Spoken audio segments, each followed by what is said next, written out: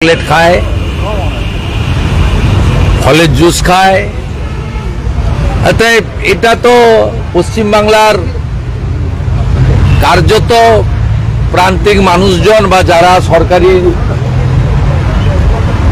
School নির্ভর তারা পাঠাচ্ছে না। তো এর নিজের ঘরে যতক্ষণ না অনুভূতি হচ্ছে ততক্ষণ তো সংবেদনশীলতা বা দায়িত্ববোধ কোনোটাই জাগ্রত করা সম্ভব নয়। তাছাড়া গোটা পশ্চিমবঙ্গে মিড ডে মিল যে একটা কেলেঙ্কারি, এটা তো বারে বারে প্রমাণিত হয়েছে এবং আমাদের অভিযোগের ভিত্তিতে তদন্তকারী টিম আসার পরে সিবিআইকে দিয়েছিল প্রাইমারি ইনভেস্টিগেশন করতে। তার মধ্যে ভোট ঘোষণা হয়ে যায়। আমি আবার ধর্মেন্দ্র প্রধানজিকে ওই বিষয়টা তুলব যে মিড ডে মিলের সিবিআই তদন্তের অগ্রগতিটা কি। আমাকে নিজে বলেছেন তখনকার শিক্ষামন্ত্রী, আজকেরও শিক্ষামন্ত্রী, যে এটা fit case of the CBI. এবং তারা, আমি টুইটও করেছিলাম দেখবেন এক্স হ্যান্ডেলে, যে প্রাথমিক তদন্তের ভার দিয়েছিল সিবিআই। এবারে প্রাথমিক তদন্ত শেষ হয়েছে কিনা, শেষ না হয়ে থাকলে তাড়াতাড়ি তদন্ত কমপ্লিট করা এবং মিড ডে মিলের দুর্নীতির সঙ্গে সরাসরি মুখ্যমন্ত্রী নিজে যুক্ত। মুখ্যমন্ত্রী যুক্ত এই কারণে, মুখ্যমন্ত্রী যখন হিঙ্গলগঞ্জে গেছিলেন কম্বল বিতরণ করতে 2023 সালে, সেই সময় তিনি মিড ডে মিলের টাকা থেকে উত্তর চব্বিশ পরগনা প্রশাসন 1,80,00,000 টাকা দিয়ে তার মিটিং এবং কম্বল কেনার ব্যবস্থা করেছিল। মুখ্যমন্ত্রী যখন 2022 সালে রামপুরহাটের বকটুইতে গিয়ে ক্ষতিপূরণ দিয়েছিলেন, সেই ক্ষতিপূরণের চেক রামপুরহাট 2 নম্বর ব্লকের জয়েন্ট বিডিওর সই করা মিড ডে মিলের অ্যাকাউন্টের চেক ছিল।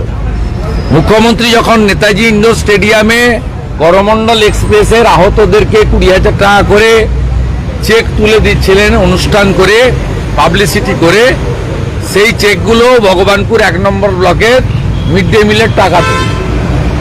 এই দুর্নীতির সঙ্গে সরাসরি মুখ্যমন্ত্রী নিজে যুক্ত। তাই আমি বিষয়টা তুলে ধরব। আজকে যে ঘটনার পরিপ্রেক্ষিতে এতগুলো কথা বললাম, আমি অনুরোধ করব মিড ডে মিলের যারা সরকারি আধিকারিকরা কন্ট্রোল করছেন বা শিক্ষক শিক্ষিকারা পরিচালনা করেন, দয়া করে একটু যত্নশীল হন। আপনাদের ছেলে মেয়েরা, আপনাদের বাড়ির ছোট্ট ছোট্ট শিশুরা, তারা কেন্দ্রীয় বিদ্যালয়গুলিতে পড়ছে, প্রাইভেট স্কুলগুলোতে পড়ছে, সেখানে তাদেরকে দামি দামি টিফিন, লাঞ্চ ইত্যাদির ব্যবস্থা করা হচ্ছে, হাইজেনিক খাবার দেওয়া হচ্ছে। দয়া করে এই ছেলে মেয়েগুলোকেও নিজের বাড়ির ছেলে হিসেবে মনে করে একটু দায়িত্বশীল হন।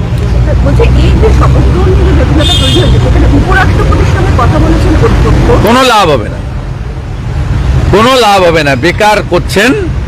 অধ্যক্ষ মহোদয় তার ক্ষমতার বলে এবং আইনের সুযোগ নিয়ে এই প্রথমবার 84 সালের উদাহরণ দেন। 84 সালে ইন্দিরা গান্ধী মারা গেছিলেন, দেশে অস্থির অবস্থা ছিল, তার সঙ্গে তো 2024-এর তুলনা হয় না।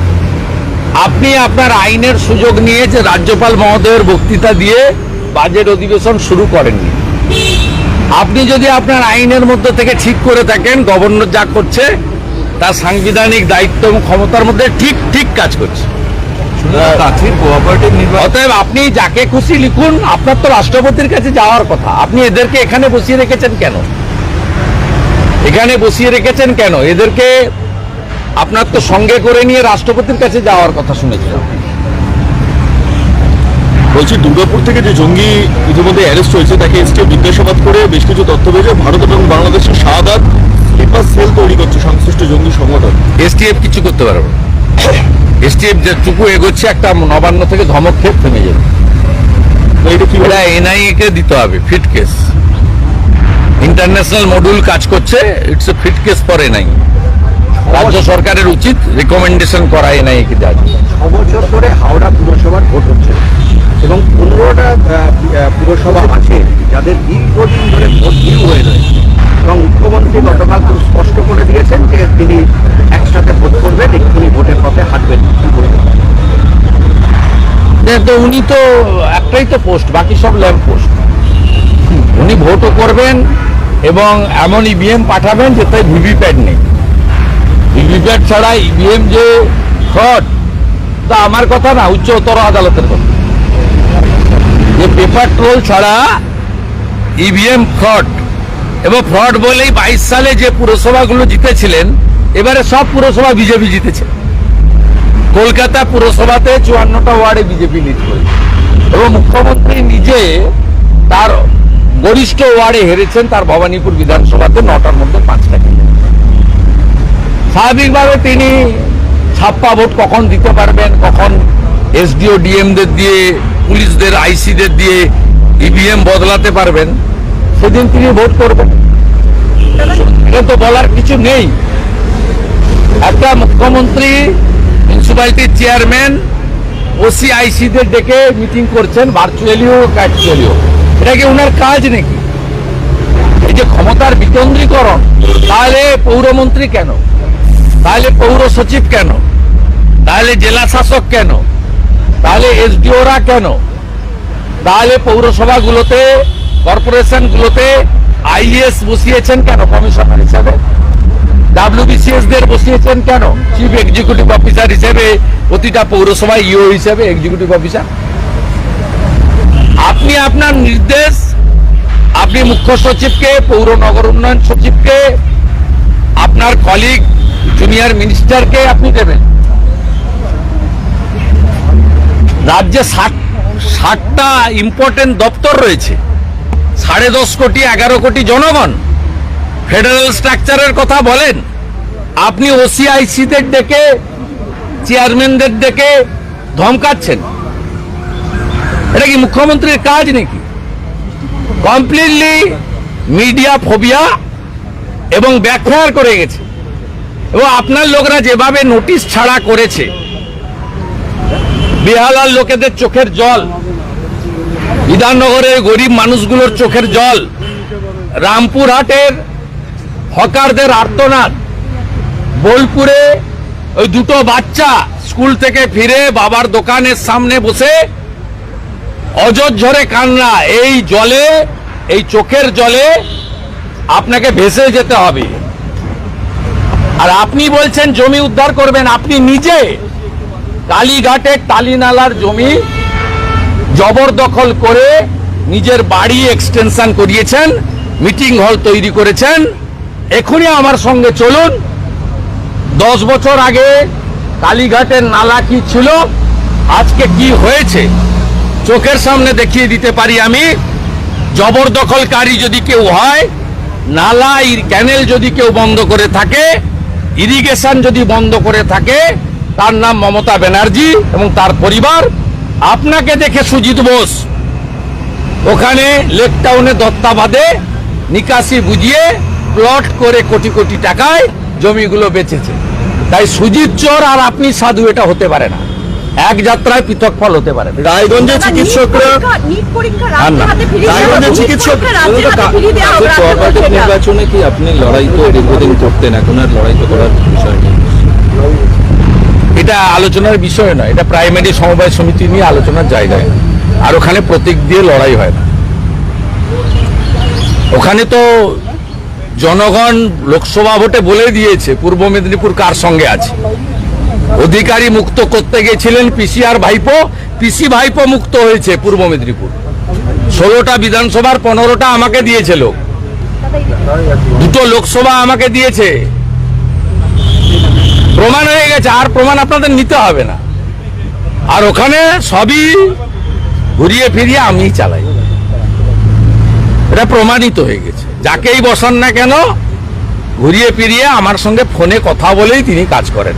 যাকে খুশি ডিএম পাঠান, যাকে খুশি পাঠান, কিন্তু কোলাঘাটের পরে গেরুয়া, কোলাঘাট থেকে একদম তামিলনাড়ুর বর্ডার অব্দি গেরুয়া, কোলাঘাট থেকে দীঘা গেরুয়া, উড়িষ্যা গেরুয়া, অন্ধ্রপ্রদেশ গেরুয়া, তেলেঙ্গানা গেরুয়া। শুভেন্দু কোলাঘাটের পরে নেই, আমরা এবারে কোলাঘাটের পর থেকে এদিকটায় আসবো। কোলাঘাট পেরিয়ে গেলে জয় জগন্নাথ গেরুয়া। যদি শুভেন্দুদা, রায়গঞ্জে চিকিৎসকরা এভাবে মার খাচ্ছে, চিকিৎসকরা কি শুধু মার খাওয়ার জন্য 5 জন চিকিৎসককে মারা হয়েছে বিতরক, আজকে রায়গঞ্জের চিকিৎসকরা তারা বিক্ষোভ দেখাচ্ছেন রায়গঞ্জ মেডিকেল কলেজের ঘটনা। আপনি এই প্রশ্নটা শ্যামাপ্রসাদ ডক্টর এসপি দাসকে জিজ্ঞেস করুন। একটা আনঅথরাইজ পার্সন, তিনি কন্ট্রোল করছেন স্বাস্থ্য দপ্তর। Doctor SP Das is controlling স্বাস্থ্য দপ্তর।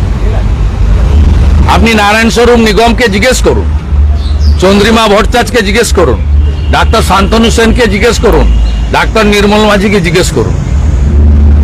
আপনারা জানেন না স্বাস্থ্য দপ্তরটা অ্যাকচুয়ালি কে চালায়। দাদা, নিট পরীক্ষা রাজ্যের হাতে ফিরিয়ে দেওয়ার আবেদন করা হচ্ছে রাজ্যের পক্ষ থেকে। নিট পরীক্ষা রাজ্যের হাতে ফিরিয়ে দেওয়া হবে। ডাক্তারি পরীক্ষাটা রাজ্যের হাতে। তো উনি অনেক কিছু চেয়েছেন, ওই ন্যায় সংহিতা চালু করতে না বলেছিলেন, সোমবার দিন চালু হচ্ছে। তো উনি যা চাইবেন তাই হবে। 29টা লোক নিয়ে উনি যা চাইবেন তাই হবে। এনডিএর 300-র উপরে এমপি আছে। আজকে ডেপুটি স্পিকার উনি কে? দেশে তো অপ্রাসঙ্গিক। আর দেশের সরকার কথা বললে মেন অপোজিশনের সঙ্গে কথা বলবে, যারা 99টা সিট পেয়েছে। উনি তো জাতীয় স্তরে অপ্রাসঙ্গিক, ইরেলিভেন্ট।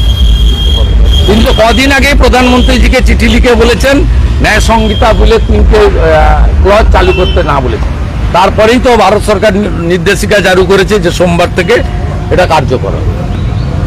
তো উনি বলে ফেললেই সব হবে। আপনার কলকাতার চ্যানেলগুলো এটাকে বিরাট ইম্পর্টেন্স দিতে পারে। জাতীয় স্তরে এটা ইরেলিভেন্ট। বলছি, আজকে অবস্থানের 3য় দিনে ডেপুটি স্পিকার এসে বসলেন অবস্থানে। সবই সম্ভব। আপনাদের ক্যামেরা ঢোকা বন্ধ ছিল বিজেপির প্রতিবাদের জন্য, আপনাদের ক্যামেরা এলাও।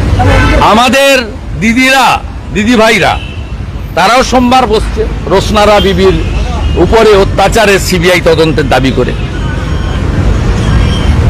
আশা করি সেদিন এক যাত্রায় পৃথক ফল হবে না। মাননীয় অধ্যক্ষ দুটো চোখ খোলা রাখবেন, একটা চোখ অন্তত বন্ধ করবেন না। আর যদি সেটা হয় তাহলে কি হবে? হ্যাঁ, আর যদি সেটা হয়, সেটা যেমন হবে তেমন ব্যবস্থা হবে। তো কন্টিনিউয়াস প্রসেস। অধ্যক্ষকে জানিয়েছেন অবস্থানের ব্যাপারে? আমাদের চিফ হুইপ চিঠি পাঠিয়ে দিয়েছেন। তারপরে তো উনি এনাদের দিয়েছেন, আমাদেরও দেবেন। যেমন রাজভবনে উনি পেয়েছিলেন